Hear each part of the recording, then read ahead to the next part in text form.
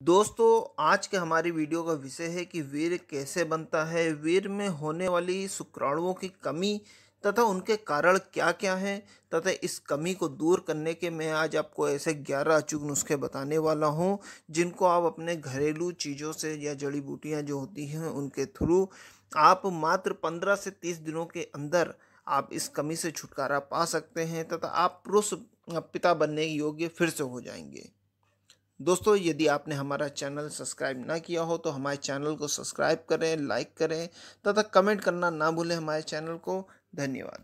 तो आइए बात कर लेते हैं कि वीर्य क्या है। दोस्तों, वीर्य को सत्व धातु का राजा माना जाता है। 100 बूंद, ये साइंटिफिकली प्रूव है कि 100 बूंद खून से 1 बूंद वीर्य बनता है।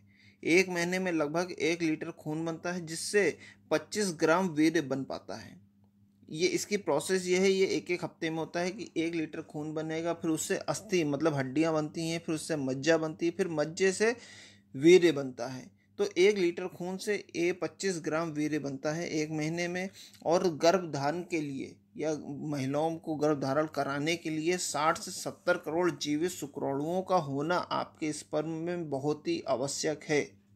इसलिए संभोग हफ्ते में एक बार ही आपको करना चाहिए, क्योंकि एक बार संभोग करने के दौरान आपका 10 ग्राम वीर्य निकल जाता है।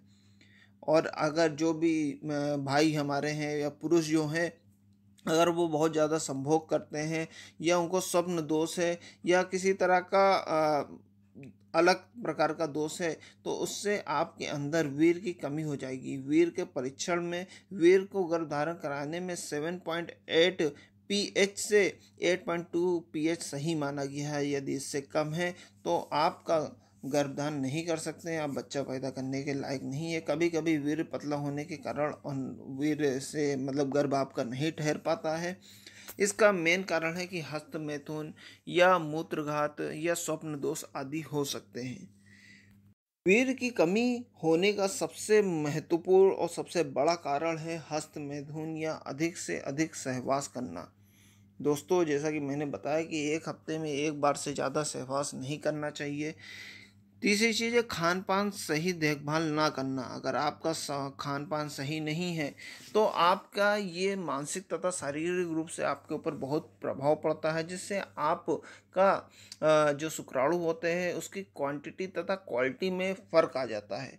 स्वप्न दोष होना, कमजोरी तथा मानसिक कमजोरी तथा चिंता का बढ़ना। अगर आपका ब्लड प्रेशर बढ़ रहा है, आपको मानसिक विकार हो रहा है या किसी भी तरह का, तो इससे आपका जो वीर्य में शुक्राणुओं की कमी है वो काफ़ी कम हो जाती है और यही सब लक्षण है। तो आइए बात कर लेते हैं उन 11 अचूक घरेलू नुस्खों के बारे में, जिसको करने से आपका 15 से 30 दिनों के अंदर, विद इन 1 मंथ के अंदर, आपका स्पर्म काउंट या नील स्पर्म जिसको कहते हैं, शुक्राणुओं की कमी आपके वीर्य में हो जाती है, वो एकदम जड़ से ख़त्म हो जाती है अगर आप इसका सही से करें। तो सबसे पहली चीज़ है शतावरी। शतावरी एक बहुत ही महत्वपूर्ण जड़ी बूटी है। शतावरी के चूर्ण को 10 से 20 ग्राम चीनी और दूध में मिलाकर, जैसे आप किसी चीनी को मिलाकर इसके चूर्ण को साथ अपना दूध में सुबह शाम अगर आप पीते हैं तो आपके वीर्य का जो पतलापन होता है वह ख़त्म हो जाता है। 15 से 20 दिनों के अंदर आपका वीर्य गाढ़ा तथा थक्के के हिसाब से होता है। दूसरी चीज़ है दोस्तों मखाना। मखाने की खीर को बराबर रूप से खाते रहना चाहिए। मखाने को आप अगर मिश्री के साथ अगर खाते हैं तो आपके शरीर में होने वाली वीर्य की कमी जड़ से ख़त्म हो जाती है।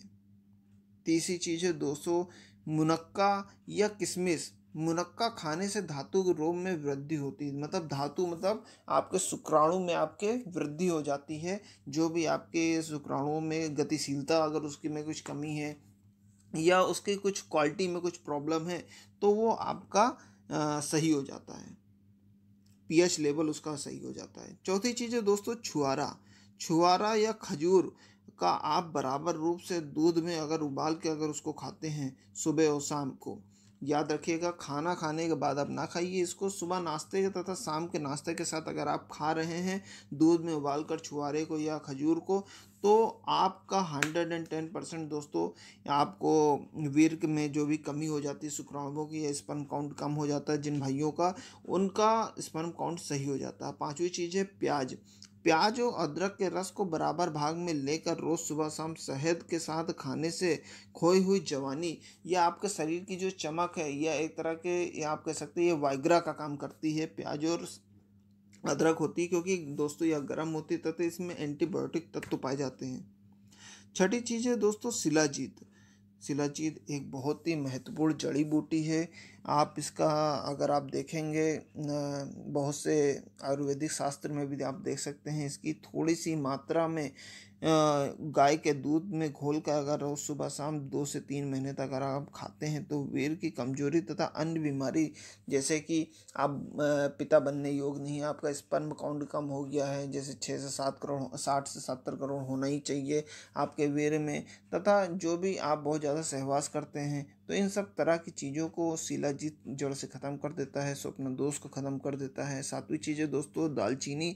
दालचीनी के तेल में 3 गुना जैतून का तेल मिलाकर अपने सीसन को पर लगाने से आपकी मर्दानगी लौट आती है। आपका जो सीसन है उसके ऊपर इसके तेल की मालिश रोज़ सुबह शाम करना चाहिए। तो ध्यान रहे इसे ठंडे पानी से ना पड़ना चाहिए। दालचीनी का चूड़, और दूसरी चीज़ ये है कि दालचीनी के चूड़ को 1 चम्मच मात्रा में खाने से बाद रोज़ 2 बार दूध पिए। मतलब दालचीनी का 1 चम्मच चूड़ के साथ दूध पिए, फिर शाम को दालचीनी के चूड़ के साथ दूध पीने से आपके अंदर होने वाले किसी भी वीर की प्रॉब्लम को या मर्दाना कमजोरी को ये दूर कर देता है। आठवीं चीज़ है दोस्तों रोजाना एक बड़े आंवले का मुरब्बा खाने से मर्दाना ताकत आती है। नौवीं चीज़ की हम बात कर लें दोस्तों खजूर। खजूर को रोज़ गर्म दूध के साथ लेने से कुछ ही दिनों में आपके वीर का जो काउंट होता है वो बढ़ जाता है। शरीर में जो होने वाली खून की कमी है तथा आपकी शरीर में जो क्षीणता आ जाती है वो सभी चीज़ें दूर हो जाती है। 10वीं चीज़ है दोस्तों ताल मखाना। ताल मखाने को मिश्री के साथ चबा कर खाने से वीर्य शुद्ध हो जाता है तथा साफ हो जाता है, तथा उसकी क्वालिटी में जो इंक्रीमेंट होता है उससे आप गर्भ धारण करने के योग्य बन जाते हैं। 11वीं चीज़ है दोस्तों केसर। केसर जरूर महंगा होता है, लेकिन दोस्तों केसर में दूध के साथ डालकर अगर खाते हैं तो शीघ्र पतन या स्वप्न दोष की जो समस्या होती है भाइयों में हमारे, वो पूरी तरह से सही हो जाती है। तो दोस्तों ये थे कुछ 11 घरेलू नुस्खे जिनको करने से 110% दोस्तों आपका इस बीमारी से छुटकारा पा सकते हैं। ज़रूर इन नुस्खों को अपनाएं तथा अपनी जो भी प्रॉब्लम हो हमारे साथ हमारे कमेंट बॉक्स पे कमेंट करके पूछ सकते हैं अगर आपको कोई भी प्रॉब्लम है, तथा इनको यूज करने के बाद ज़रूर बताइएगा कि आपको किस नुस्खे से आपको फ़ायदा हुआ। धन्यवाद दोस्तों।